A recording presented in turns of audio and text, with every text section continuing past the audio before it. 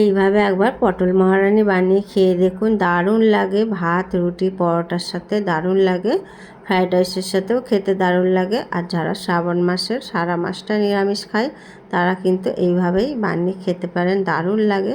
এখানে আমি 500 গ্রাম পটল ধুয়ে ছাড়িয়ে পরিষ্কার করে নিয়েছি, আর একটু চিড়ে চিড়ে নিয়েছি পটলগুলো খুব ভালোভাবে। এবার পটলটা সাইডে রেখে মশলাটা এখন তৈরি করে নেব। এখানে একটা টমেটো কুচি, অল্প একটু কিশমিশ, 4-5টা কাজু বাদাম, এগুলো সব মিক্সিতে দিয়ে দিলাম। আর এখানে চা চামচের 2 চামচ পোস্ত, 2টো কাঁচা লঙ্কা, আর টক দই 2 চামচ, সামান্য একটু জল দিয়ে দেবো।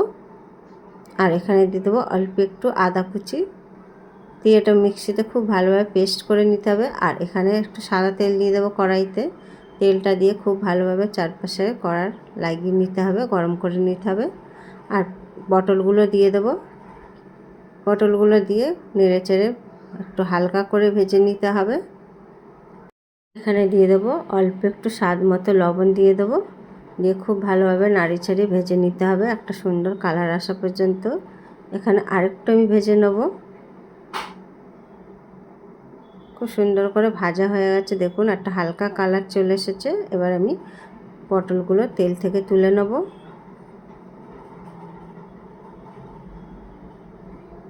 পটলগুলো এইভাবেই তুলে নিয়েছি। এবার আমি ওর মধ্যে এই কড়াতে দিয়ে দেবো আর একটু সাদা তেল দিয়ে দেবো, আর এখানে 1 চামচ ঘি দিয়ে দেবো। ঘিটা গরম হয়ে গেলে এর মধ্যে গোটা মশলাগুলো দিয়ে দেবো, 2টো শুকনো লঙ্কা, 2টো এলাচ, একটা তেজপাতা, আর অল্প একটু সাদা জিরে দিয়ে মশলাটা খুব ভালোভাবে ভেজে নিতে হবে।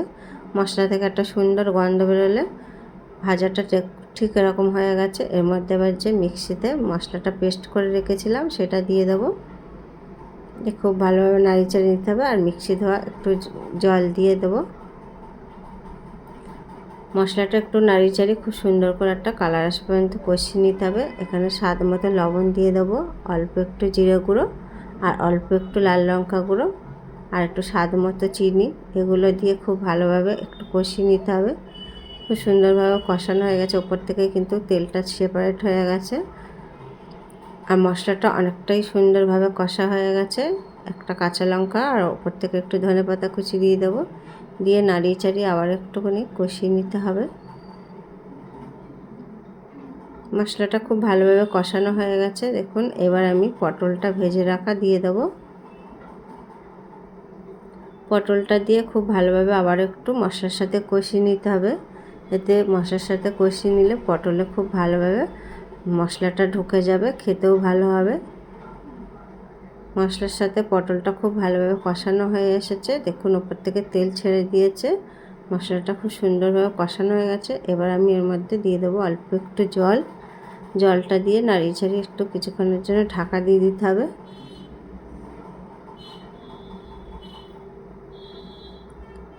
এবার আমি ঢাকা দিয়ে দেবো।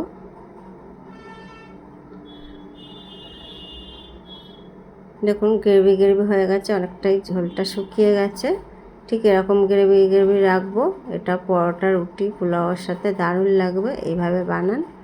ঠিক এরকম হয়ে গেছে। আমি নাড়িয়ে ছাড়িয়ে দেবো একটু।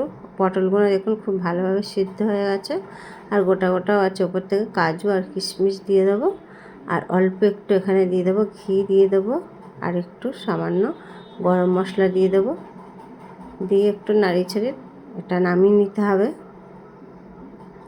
খুব দারুণ লাগে খেতে। পটল যারা ভালোবাসেন না তারা কিন্তু এইভাবে বানান, খুব সুন্দরভাবে খেয়ে নেবেন, বারবার চাইবেন। দেখবেন এইভাবে বানালে সবসময় পটল একঘেয়ে ভাজা তরকারি খেতে ভালো লাগে না, এইভাবে বানাবেন, দারুণ লাগে।